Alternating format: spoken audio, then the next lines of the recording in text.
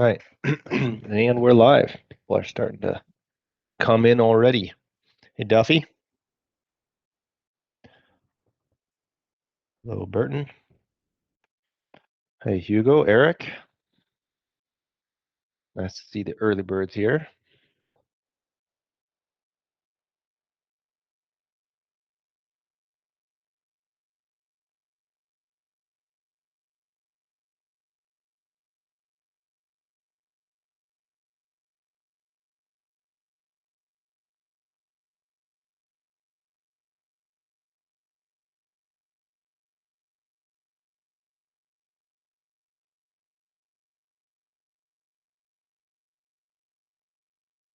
Good morning, Park.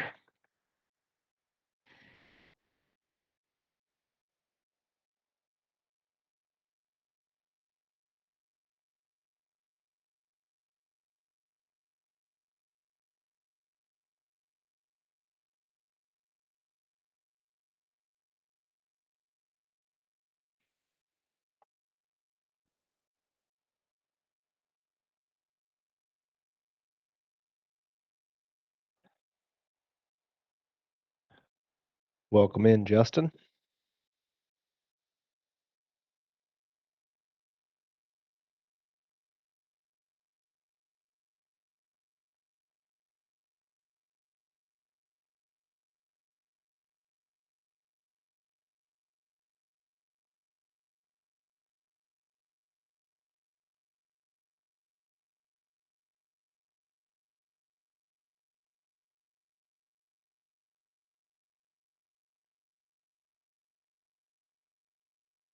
Hey, Sunil.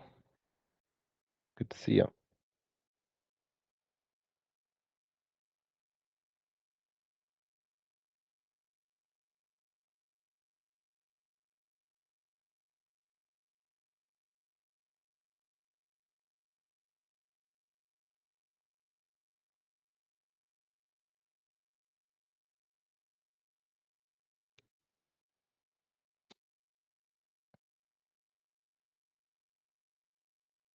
Hey there, Brad. All right, we're going to be getting some people coming in. Looks like we have 70 or so registered. Yeah, I think there's 70 registered for the webinar today. Hello, Josen. Hello, Albert. Um, and of course, with the way things go in people's lives, sometimes there's 10, 20 who can't show up, but it's always good to see when you guys can make it.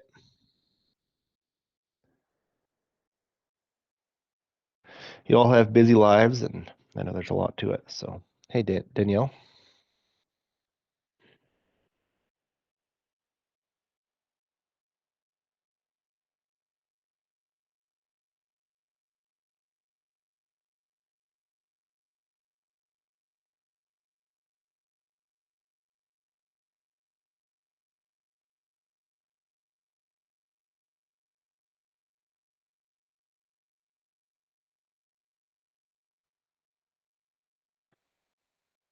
Morning, Brian. Hello, Noe.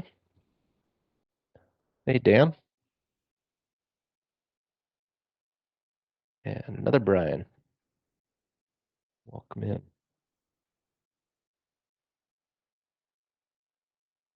Morning, Brenda.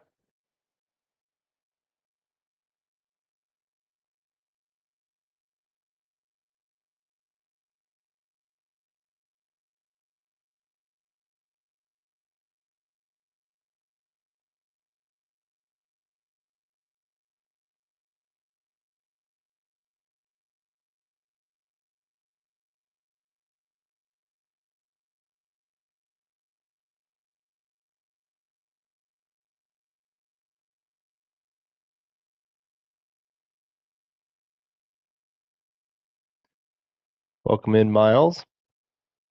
Hello, Aaron.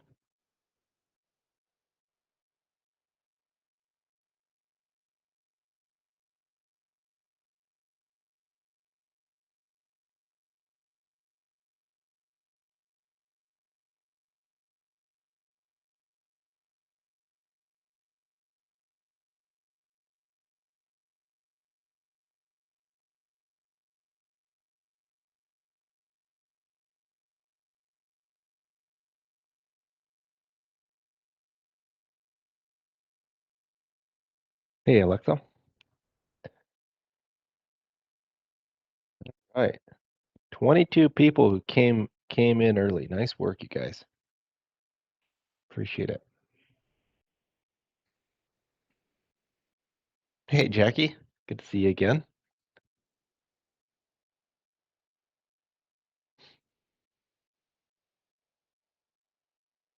Good morning, Oscar.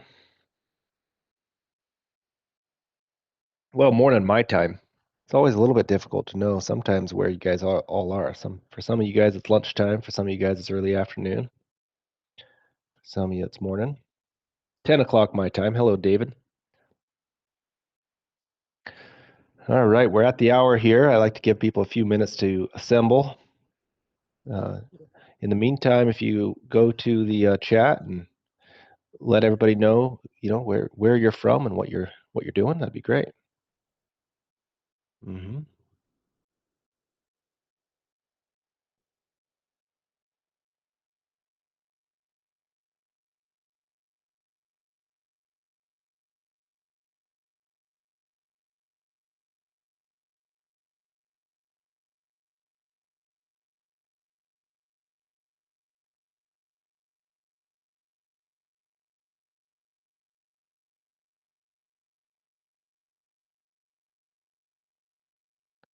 People a couple minutes to get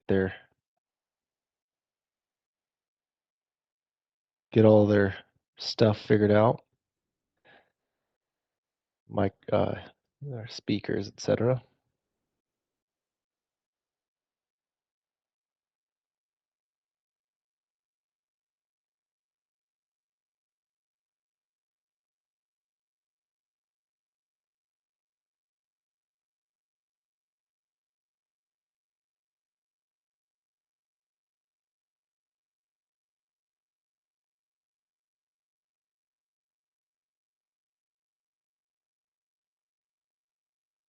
I'm here, David and Justin and Alan.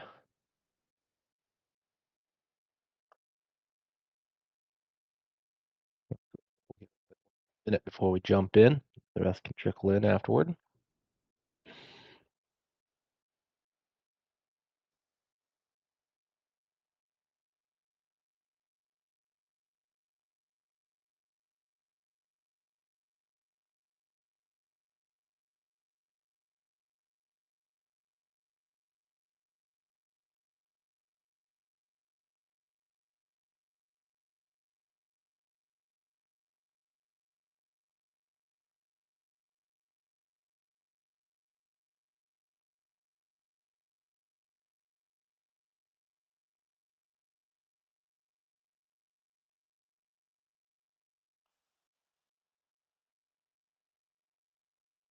All right, we're 3 after the hour. We'll go ahead and get started.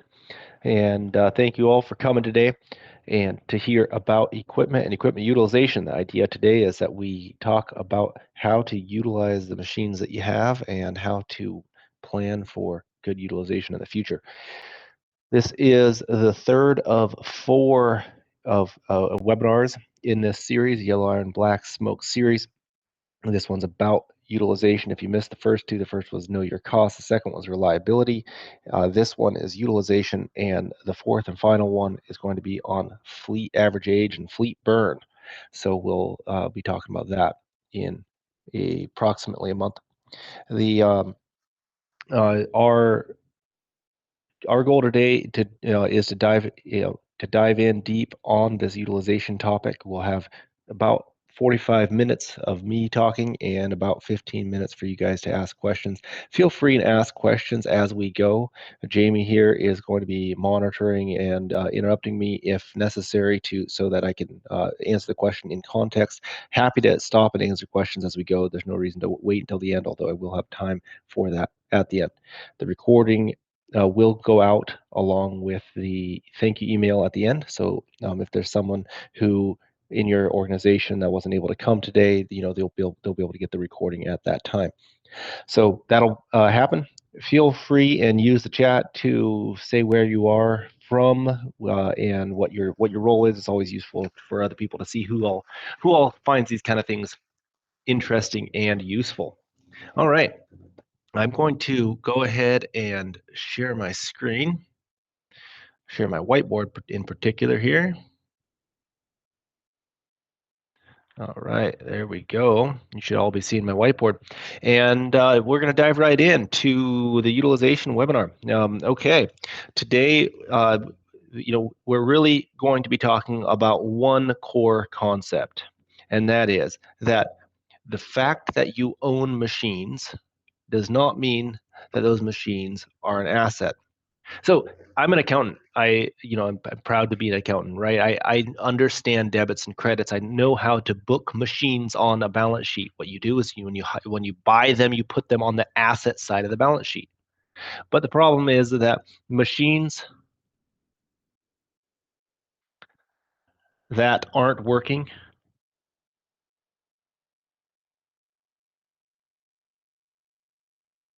aren't assets. They're liabilities.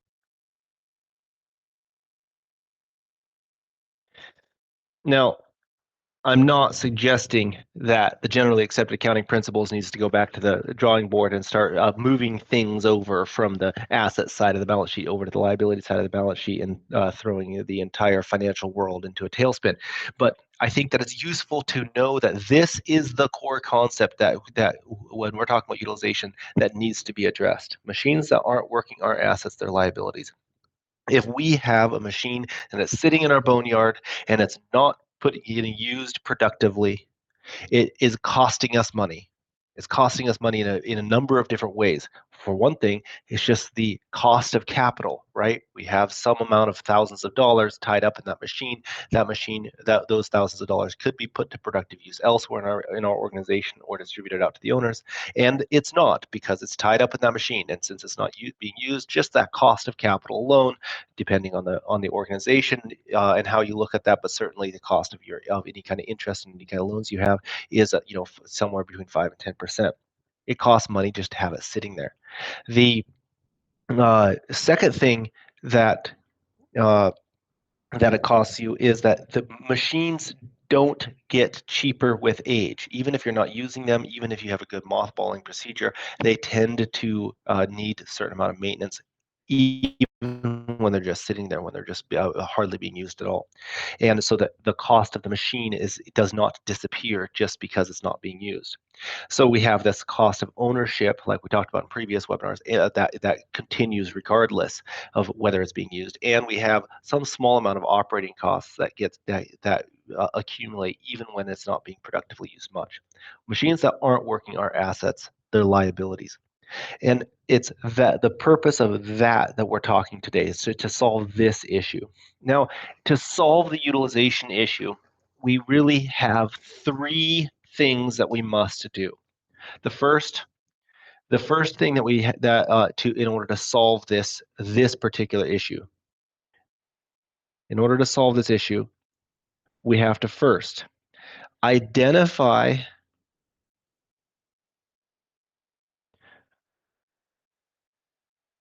the waste. In other words, it's not enough to say, oh, they have to be working, but we have to say what types of things, what types of situations do we find ourselves in where it isn't working, and identify the different types of waste. Two, we have to measure utilization.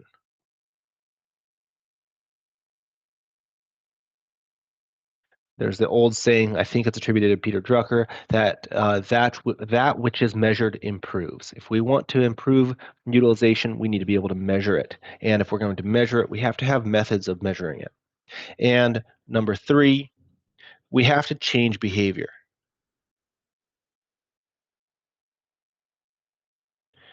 It's not enough to identify waste.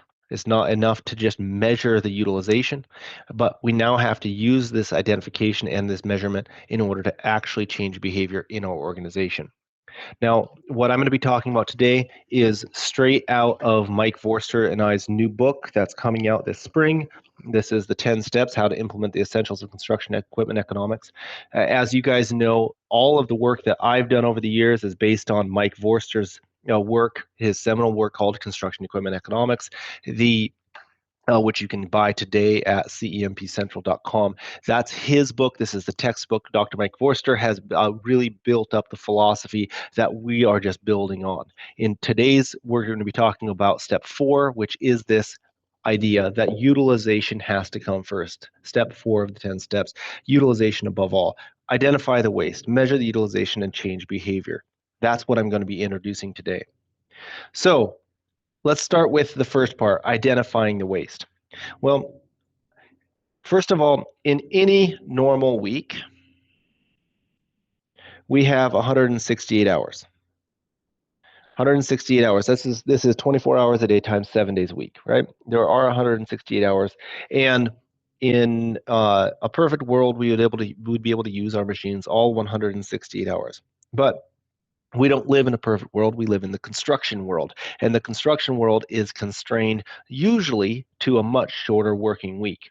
And so usually what we talk about when we talk about the target number of hours that it gets used for a piece of equipment, we talk about a subset of these hours. Usually we talk about 40 hours, the normal work week in many parts of the country, 40 hours, and we call this our target.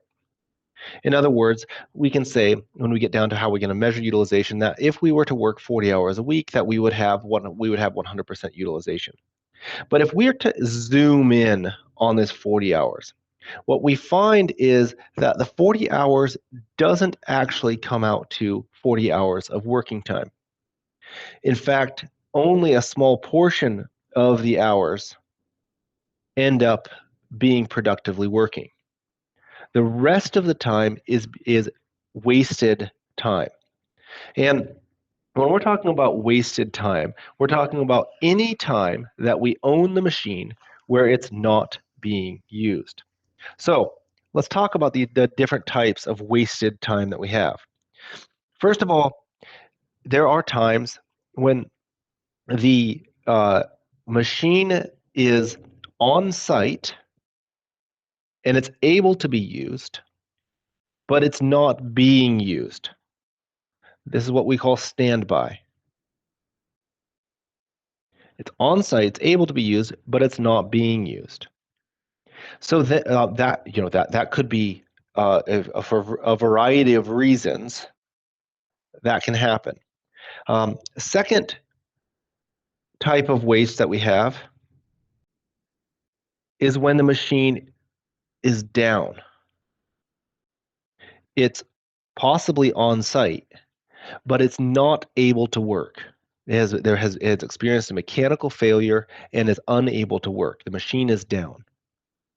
The uh, the fifth part is actually split into two.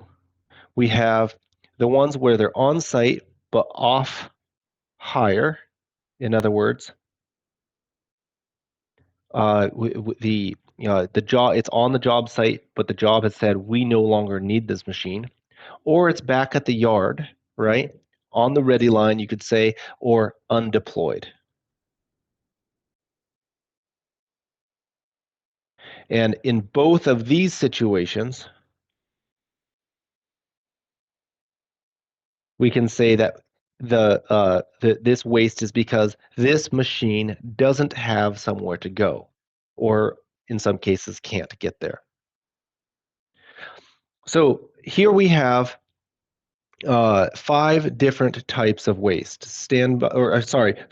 Five different things to look at, 4 of which are waste: standby, down, off hire, and undeployed. And it's important to note that the first one here on the right side is the only time where it's not on the job site, not on site. The rest of these are all on the job site.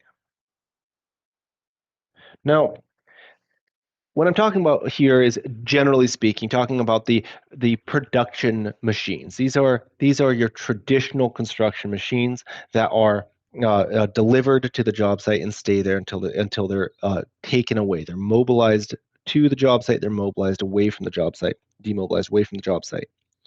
We have some additional things to consider when we talk about the on-road vehicles, such as material haulers or foreman trucks.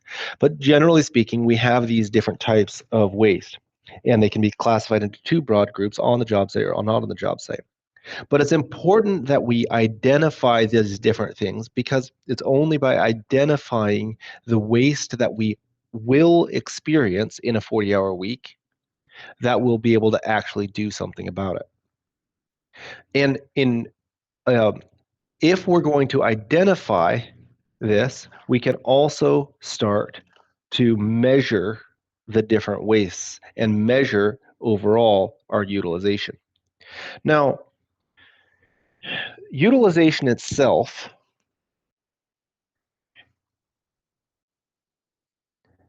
can be defined in a number of different ways.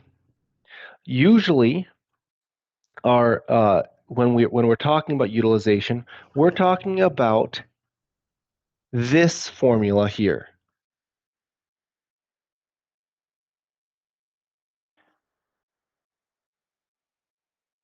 Utilization equals actual time used to produce work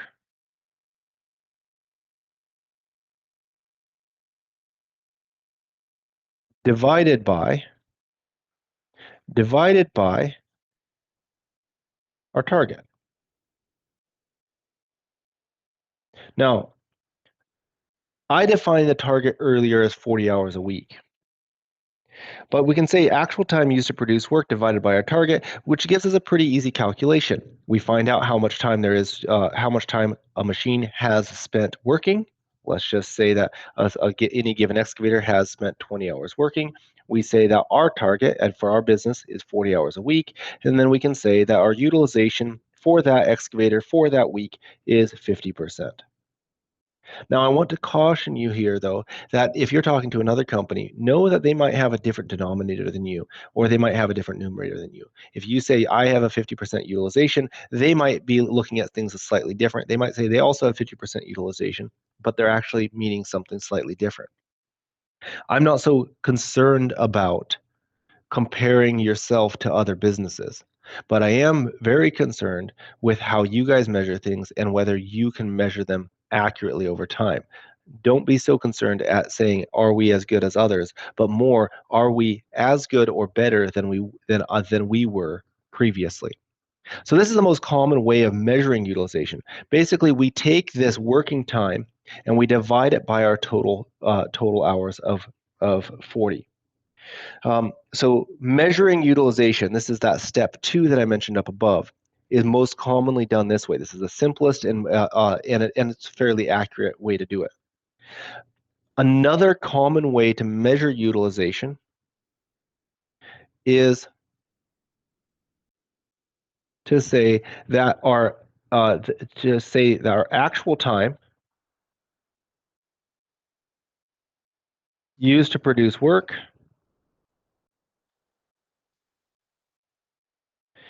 and we, instead of dividing it by our target, we divide it by our expected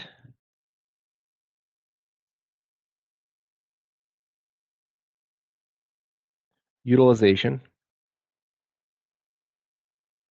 for rate class. Expected utilization for a rate class. What do I mean by that? Well, you know that from the if you were attended the previous 2 webinars, that we use this utilization in a number of ways. When we were talking about costs, we talk about utilization. We use it when we're building our rates, right? We talk about our expected utilization.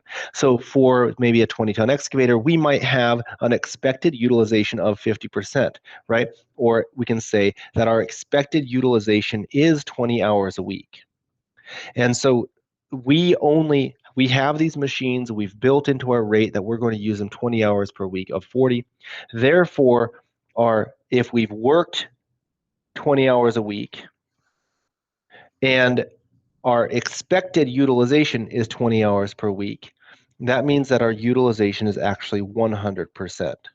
This way of measuring utilization allows us to say that 100% is where we're breaking even. where our rates are, what we've used to build our rates comes into exactly that. We're at 100%. This is the same number. Notice that we've the 50% from above and the 100% below have the same number of working hours, 20. But the difference is in the denominator, the target of 40 hours or the expected utilization for the rate class. If you have already gone through and built your rates, if you already have unexpected utilization per rate class, this second methodology to measure utilization is more precise.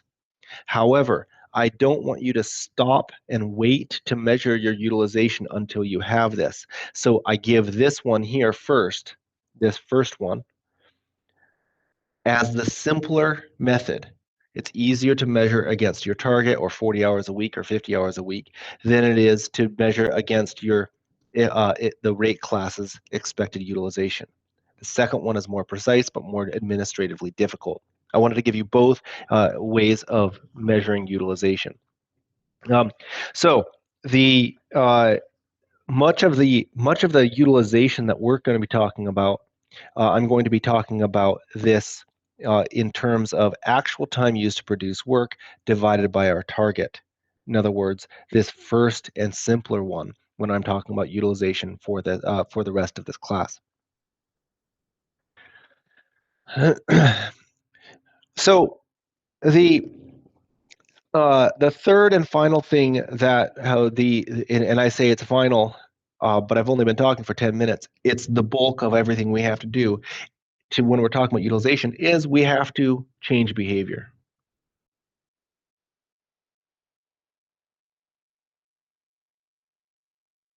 Now, in order for us to change behavior in an organization, we have to do a number of things. We have to we have to make sure that we're not just changing behavior temporarily or we're not changing the wrong behavior, right? And that's one of the reasons that we need to make sure we're measuring the right thing so that we can measure and change the right behavior. Uh, the utilization and kind of the core philosophy, as I stated it before, was that an asset that isn't producing useful work isn't an asset, it's a liability. Are what we when we're measuring utilization, we're measuring it such that we're saying we're emphasizing or elevating useful work, right? We're trying to elevate that. And then the first thing we had to do was we had to identify the different wastes that we have. But if we're going to actually change behavior, we need to educate everybody in our company about the effect of having poor utilization. And one of the most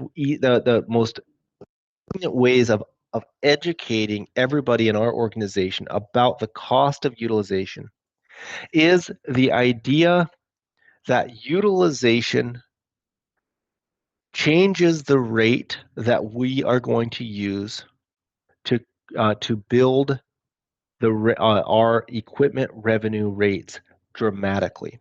And I'm going to use an example to show you this. If we have a machine, so the first part of changing behavior is to educate.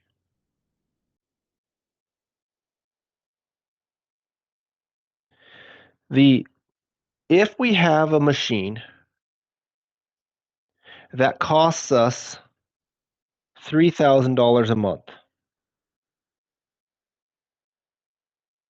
in fixed costs, in ownership costs, and you'll recall from the previous conversations that we've had that $3,000 a month of ownership costs would be primarily our depreciation charge, and it would also be any other fixed costs of ownership, such as the allocation of the facilities or the equipment management costs, right? But these are fixed costs that we're going to experience simply to own the machine. Let's say that we have a machine that costs us $3,000 a month of ownership costs. And let's just also say that we've measured and we've found that the machine costs us $50 per hour of operating costs. In other words, all of the fuel, right? All of us are in this industry are reeling right now from the cost of diesel, for example. The operating costs that we experience include our wet rate for people who do a wet rate, our fuel plus all of our repairs and maintenance, right? Our preventative maintenance, our wear out, our pieces that wear out, all of the things that we're going to be doing are condition-based maintenance that needs to happen for this machine. So if we have a machine that simply costs us $3,000 a month to own and it costs us $50 an hour to operate, well, how are we going to build this into a rate that allows us to charge the jobs fairly? Well, this happens in a number of different ways, but the in a single rate structure, like we talked about previously, what we do is we look at the ownership rate and we varialize it, right? We say, okay, $3,000 a month, that's not very useful. We need to turn that into a cost per hour. The $50 an hour is our operating rate, but this is fairly easy to do. We simply can say that our cost per hour, right, is going to be, I'll put it down lower here, $50 an hour for our operating costs. What is it going to be for our ownership costs per hour? Well, let's take a few examples here and say, first of all, 50% utilization. 50% utilization means that in for this $3,000 a month, that we're going to be using this 50% of the hours. What is 50% of the hours on a monthly basis? Well, there's a number of ways to think about this, but the most common is to put this in terms of the hours that are possible in a month, right? There are 40 hours a week. We can multiply that by 12 to get by 52 to get the total number per year, and we can divide that by 12, right? And we get the total number. 40 times 52 is our 2080. We divide that by 12, and we say that we have 173 and a third hours per month that it can be used. This would be the idea of a target, right? 50% utilization would be half that. So for sake of this exercise, not because this is real, but because it makes my the whiteboarding easier, we're going to say that there's 180 hours in a month, and 50% utilization equals, so we divide that by 2, equals 90 hours. Okay, so I'm rounding here in order to instill the concept. So we said, well, hey, we're going to be using this machine 50% of the time. If we're going to be using this 50% of the time, that means that we're going to be using it for 90 hours. So it's pretty easy math. We simply take 3,000, we divide it by 90 hours, $3,000 here, and we divide it by 90 hours, and we get our 3,000 divided by 90, we get $33 per hour. All right, so our operating cost is $33 per hour, or it goes up to 83 here at 50% utilization.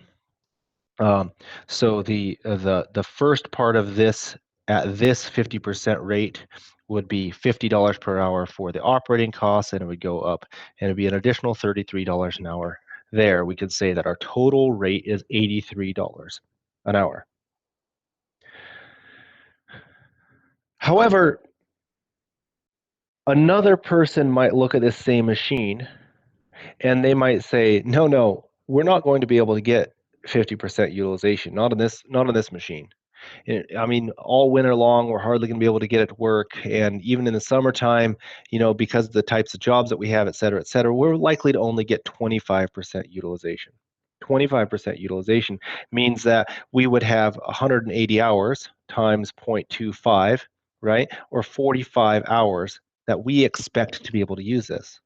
So now at 25% utilization, we have $3,000 divided by 45 hours, right? And we're looking at nearly $67 an hour. 33.33 times 2, or 66.66. So that means that at 25% utilization here, we're still going to only have $50 per hour of operating costs. But now we have to tack on another $67. So this would be 100. So we would be at $117 per hour. We have to tack on another $67 per hour of operating costs. A third person might sit down and say, no, this is our highest production machine. We're actually going to be able to use this 75% of the time, right? We're going to have 180 times 0.75. Right? This is going to actually be 135 hours a month. We're going to take our $3,000, we're going to divide that by 135, and we're going to come up with a dollar per hour for our ownership cost, which is $3,000, divided by 135, and we get $22 an hour. $22 an hour. So they're saying that at 75% utilization, we're still going to experience our $50 an hour of operating costs because that's what it costs us to run the machine, but we only have to tack on $22 an hour here in order to get this machine rate up to $72 an hour. And so the curve of the price of a machine per hour goes down like this. Now you can ask yourself, which of these scenarios are correct? Well, they're all correct. We did it. We did the math. We know how much it's going to cost us. We know that at 50% utilization, it's going to cost us $83 an hour. And so therefore, at 50% utilization, we should be charging our jobs $83 an hour because that allows us to recover the costs that we're going to experience in order to own and operate this machine. And when you built your rates, if to the extent that you have single rates, you did this work, whether explicitly like I just did or implicitly you built in a utilization rate, and your rate assumed some amount of utilization. But now comes the kicker. What happens if you assumed a rate, but you're not able to actually get it? You're not able to actually produce that rate because of one of these or multiple of these wastes up above getting in the way.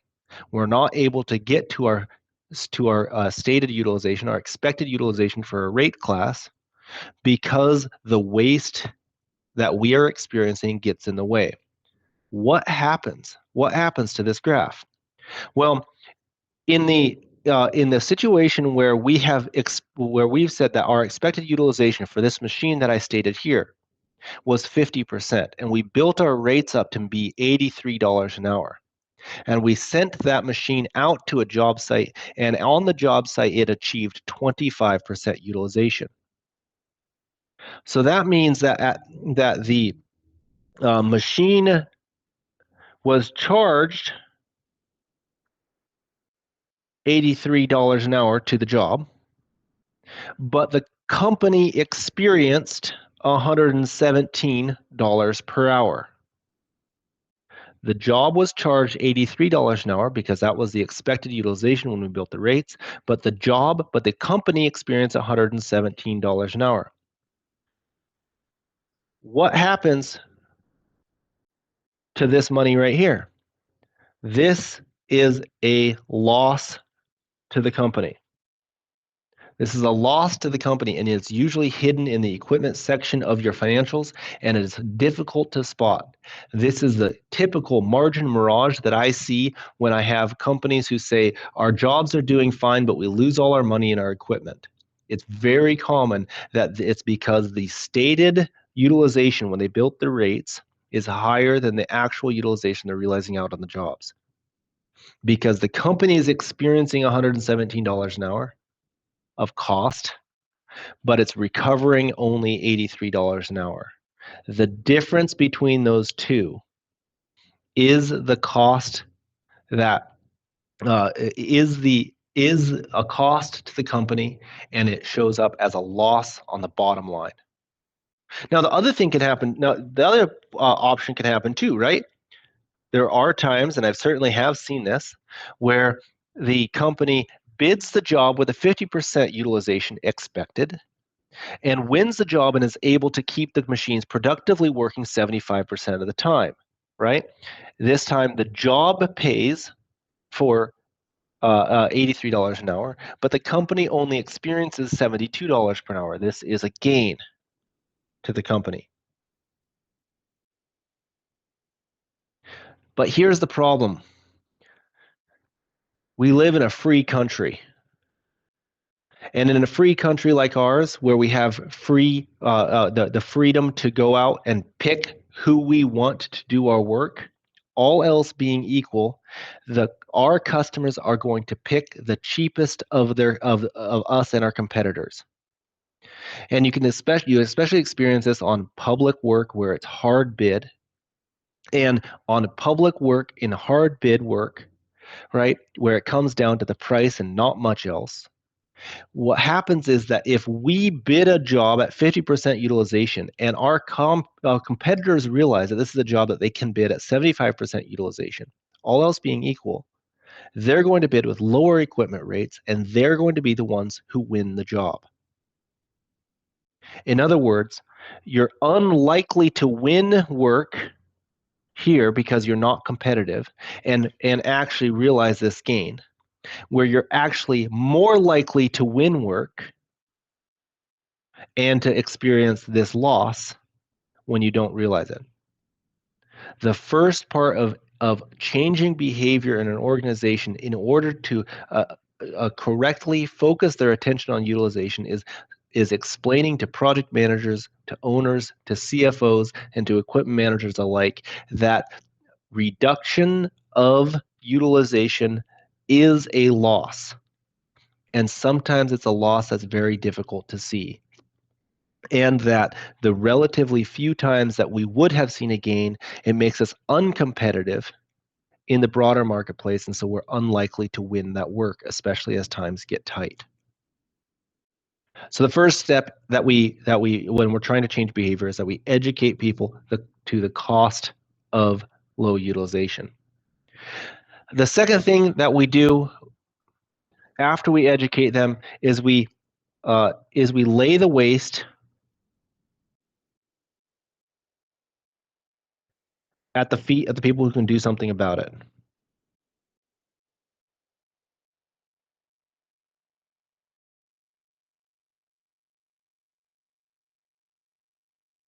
Now, we identified several different types of waste up above on that line.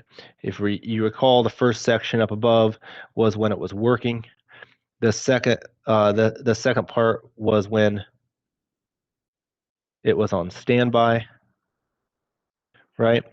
The third part was when it was down, and the fourth and fifth part was when it was off hire and undeployed.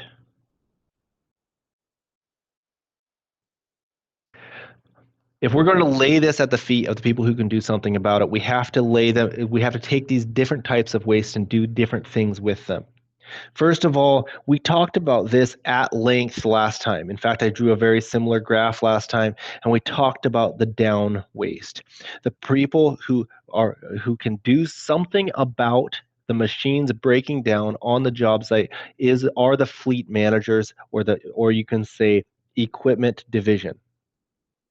If you're in the equipment division, you own this downtime, and it's your job to reduce this waste, to measure this waste, and to get it as low as possible. And we examined this at length in the reliability webinar when we said that we have a trump card when we're trying to manage downtime, and that is managing our reliability, right? We said that higher reliability means higher availability.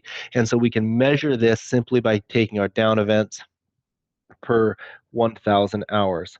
And we can measure this downtime in terms of discrete events and reduce the number of down events overall. And it is my belief and my what I've seen when people have started measuring their down events per thousand hours, that they've also been able to reduce this waste. We have to take the waste of downtime and lay it at the foot of the equipment managers and say, this is yours to manage and to reduce.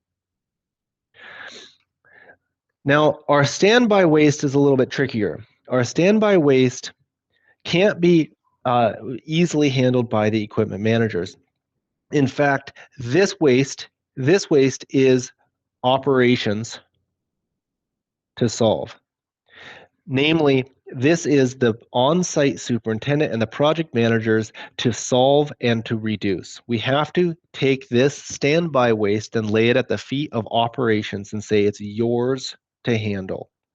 And this in particular usually means that we have to give them a utilization percentage.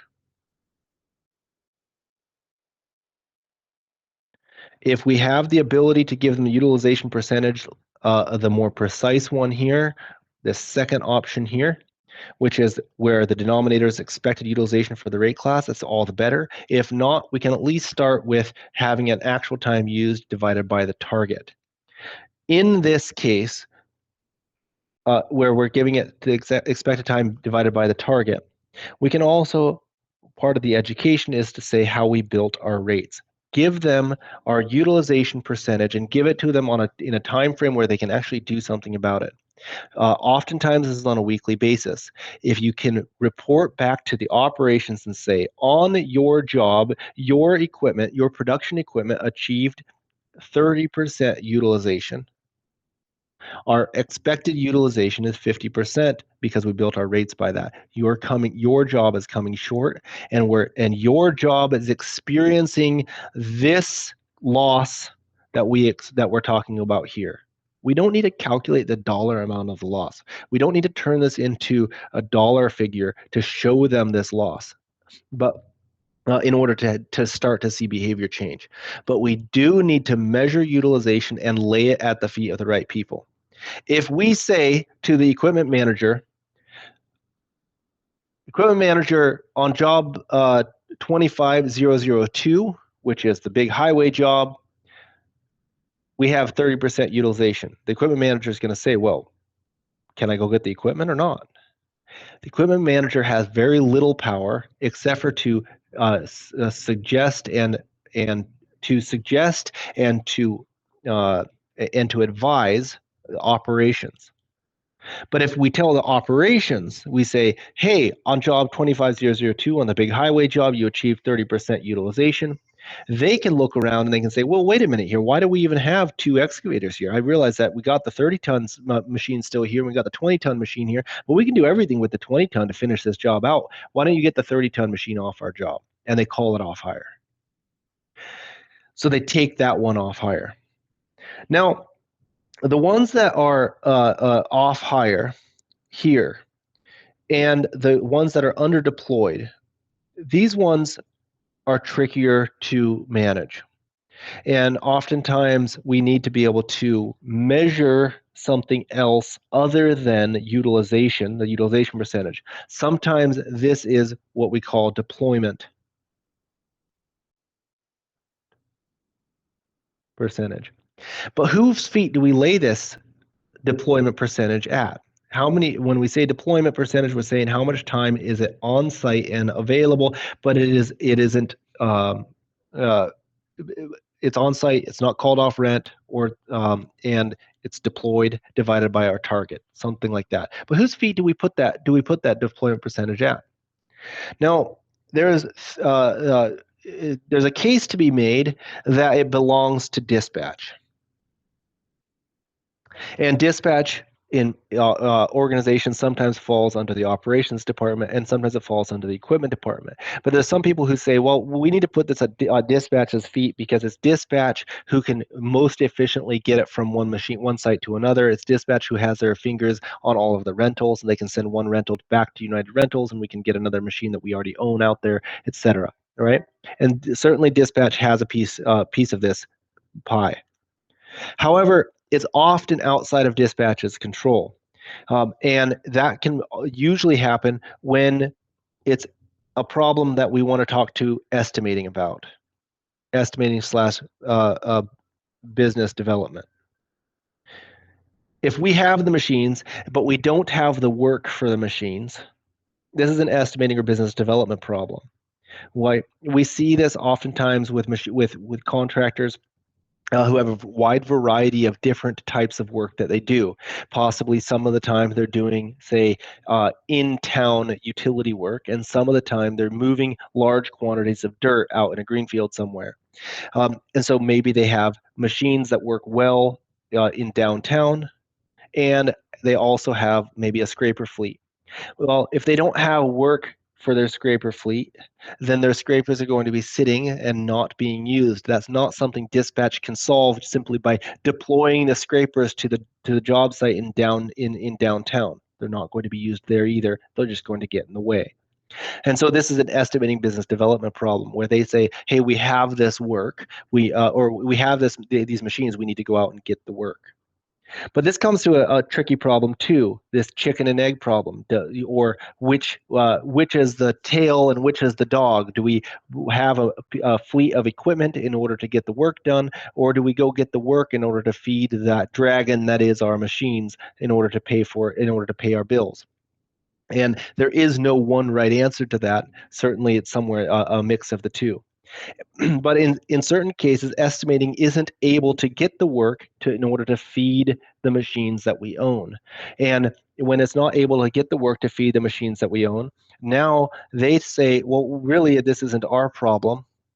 This is actually a problem of the person who's in charge of acquisition and disposal, right? Oftentimes, this is the equipment manager, because they say, hey, you know what? We need to get rid of some of these machines. They're just sitting around. We can't get the work. We're not going to be able to get the work. Our business has fundamentally changed, and I don't think that these machines are useful anymore. And now acquisition and disposal has to get rid of these machines. Over and over and over and over, I see companies who struggle to get rid of machines that once were useful, that once generated them a lot of revenue because they know that they may get a job in the future. Yeah, Jamie, did you just raise your hand? Looks like Hugo has a question. Where would repair time fall into this category? Yeah, so repair time can fall into one of two places, Hugo. Good question. If your machine went down on the job and it broke down, the repair time would be a portion of this downtime, right? Repair. However, if you're repairing it in advance of it failing, in other words, like a condition-based maintenance, and you've pulled it off, that would fall into either the off or the undeployed portion. If you bring it back to the shop, say that you might have a repair in this undeployed time. Obviously, if we can repair it while it's undeployed, it's a lot cheaper than if we repair it while it's down for a number of reasons, like we discussed last time. Um, but because of the difficulty of understanding whose feet to put in the deployment, um, in the end, this is an executive level item. We have to lay this at the feet of the executives because it's the executives that are setting the strategy, and it's executives who are tolerating the risk overall. They're the ones who are saying, I know we don't have any work for the scraper fleet, but we're going to hold on to it because we're bidding 3 big jobs and we're likely to get one of them. So even we're going to tolerate the low utilization, the low deployment because of that risk and because of that risk only. And it's them that are looking out ahead, and they're trying to predict the movements of the market. They're the ones who are setting the margins on the estimating. They're the ones who are in charge in large part of which work they're going to go after more aggressively and which ones they're not. They're also in charge of the rules that they give to dispatch as it relates to how much they're allowed to rent and how much that they need to use their own equipment and or starve their existing jobs of the equipment that they need and share resources rather than renting. It is also often the executives that are intimately familiar with acquisition and disposal, and so that they need to be able to. They also are looking at that.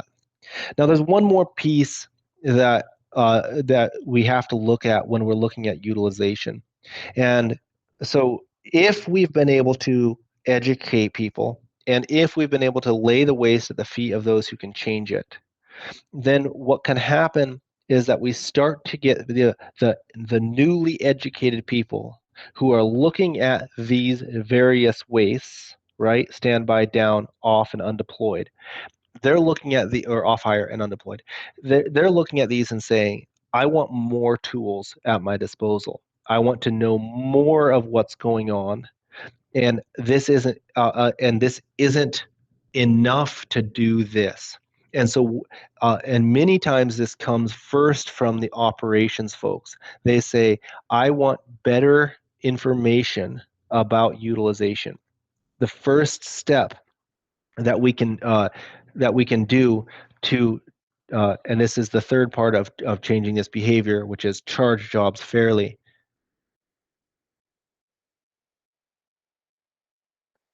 The first step that we can do to give them better information is simply refine our reporting itself. We can get better information through some of the vendors that are out there that can give us good information about when the machines are actually working. And we can get better information as far as the denominator. We can do an expected percentage per rate class. But the other thing that we can do is we can switch from a single rate structure where we charge $85 per hour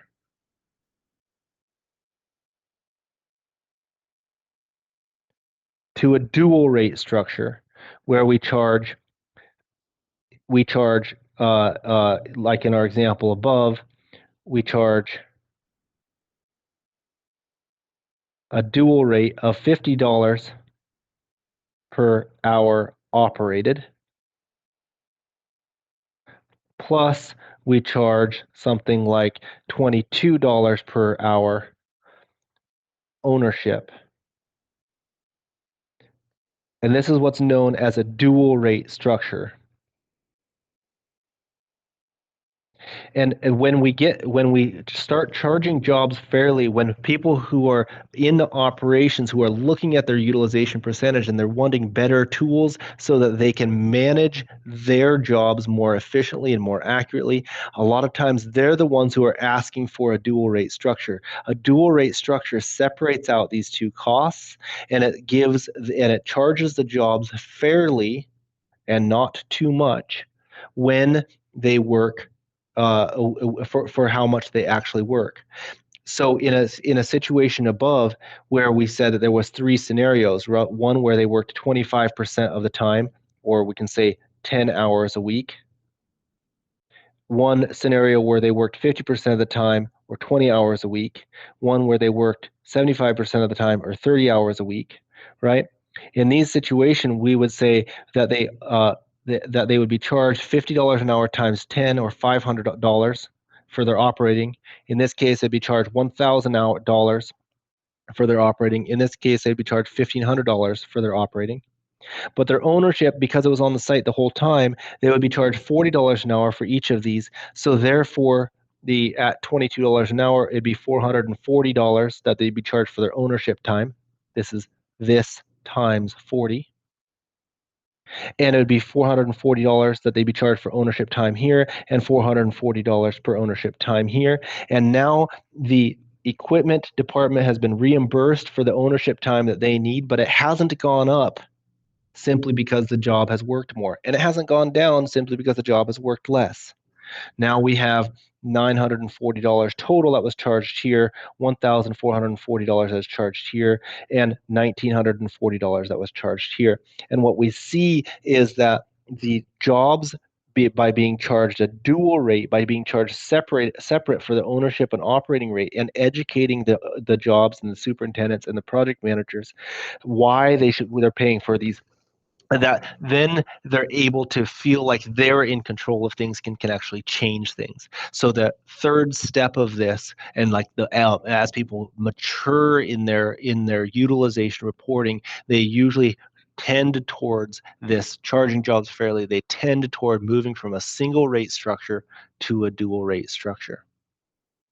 And so if we back up here, what are the three things that we have to do overall? We have to first identify the waste. We have to second, we have we have to measure utilization and those wastes. And third, we have to change the behavior by laying it at the feet of the people who can do something about it and charging jobs fairly. Okay, and that's all. That's all I have for you today, except for your questions. So I'm going to open it up now for any kind of questions that you guys have. And I'm going to stop sharing my screen. I can reshare it if I need to answer one of your questions. Let's see here. What kind of questions do we have?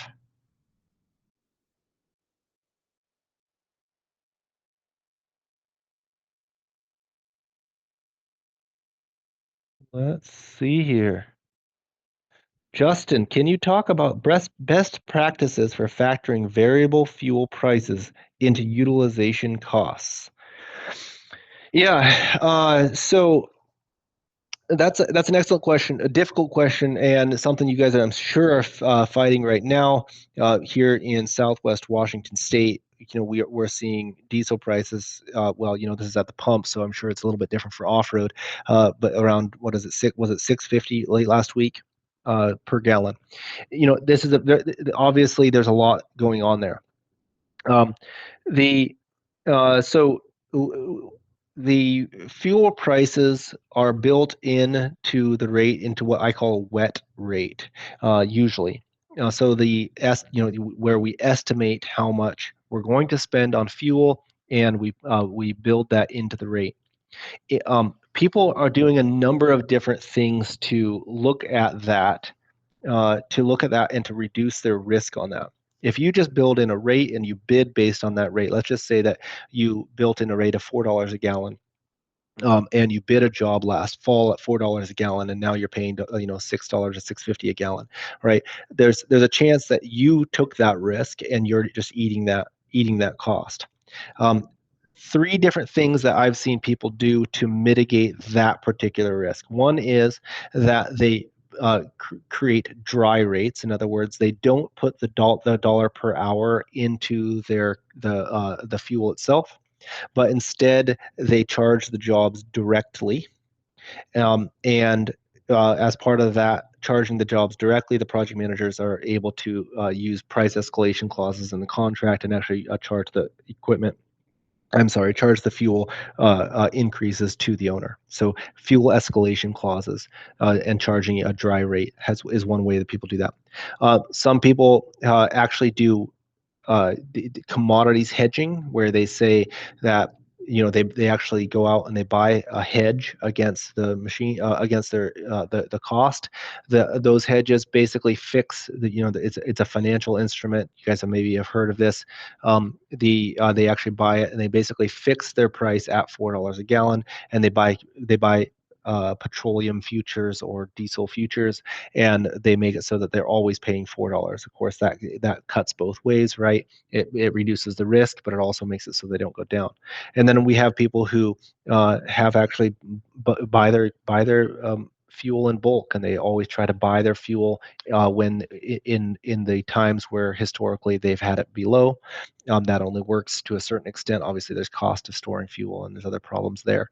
But I've seen that done successfully as well. Um, all right, Brian has a question too regarding dual rate for charging. The system keeps a single amount. If two rates are being charged, how is it tracked in the system? Well, it depends on what the system is. Um, but so there's different systems out there. For those of you guys who know me, we do Vista implementations. We're a Trimble partner, and we do Vista implementations. And Trimble, that using the equipment module inside of Trimble's ERP, it definitely allows you to charge dual rates. Several other of the partners out there that we work with, for example, Tenna, and several of the other companies, that they can collect the information that's necessary so that you can charge a dual rate. That is, you can charge two different rates. One rate using, say, payroll or equipment usage based on the number of hours it was actually used, and one rate that it doesn't, that as a for ownership. For simpler systems that don't allow for dual rates, such as Computer or Foundation, some of those other ones, what people will do is they'll do their operating rate as a single rate, as the equipment rate, and then they'll just do a job cost adjustment, or in like QuickBooks customers, I've seen people even do journal entries for the ownership portion, right? So they do a weekly a job cost adjustment for that second rate or that ownership rate. It's a good question. It's a difficult thing. When you're talking about dual rate system, the when you're talking about the dual rate system, it is a administratively more complex. It's more precise, but you will spend a little bit more time setting it up. It's important to think about that and set it up right. Brad, we use Foundation for Windows and it's not great with equipment. Do you know if HCSS Equipment 360 is solved for any of these scenarios? Certainly, HCSS Equipment 360. I'm familiar with that. And with several others, that do this kind of work. Uh, they So on the HCSS side, it's actually not so much the Equipment 360 that solves for the utilization portion, given that the biggest part of utilization is on the operation side. It's actually Heavy Job, their sister product, that solves with that a little bit better. However, when you're talking about equipment rates, usually you need to start with your accounting system and think about how are we going to start with the job charges in the accounting system itself. Attacking on a equipment management program will not directly solve that problem. That doesn't mean that it won't help. One of the primary things that you have to solve when you're solving utilization is you have to have good status data. You have to know whether the machine is working, and you have to know where it was when it was working, right? And that isn't necessarily an Equipment 360 or other CMMS type thing that they track. This is more like, how do you do on your time cards? And do the guys put it on the time cards? Do they put what equipment they're using? And tracking it that way. You can do the work inside of Foundation. You just would have to have your guys track it. We are 1 over the hour, so I recognize that some of you guys might need to leave. Just a couple things. One is we have the Fleet Burn webinar coming up next month. It's going to be May 14th at 10 a.m. the same time, so a 1 month from today. That's the last of the 4. We also are happy that we have the first equipment boot camp on the calendar. Our equipment boot camp is a very intense 5-month series of webinars and a single in-person event at the very end, where we learn about all these things. We run this like a boot camp. You're going to learn a lot about that, and that starts on June 18th. I hope that some of you guys can be there. It's $9,500 for a company, up to 3 attendees. We would love to have you guys there. It's this kind of information, but in a lot more detail, a lot more depth, working with your equipment and your data. And then finally, at the end of that, October 30th, we also have Equipment Symposium, which is a roundtable that we run where we get to get equipment managers, CFOs, and CEOs from all over the country. We get together to talk about equipment. That's on October 30th. You can see all of those things on our website. So I wanted to let you guys know about that. We are a couple minutes over the hour, but I'm going to stick around for a bit longer just to answer any questions that you have. Looks like we have some people typing here. And I'll send you guys all an email with all this information too, all the links to what Michael talked about.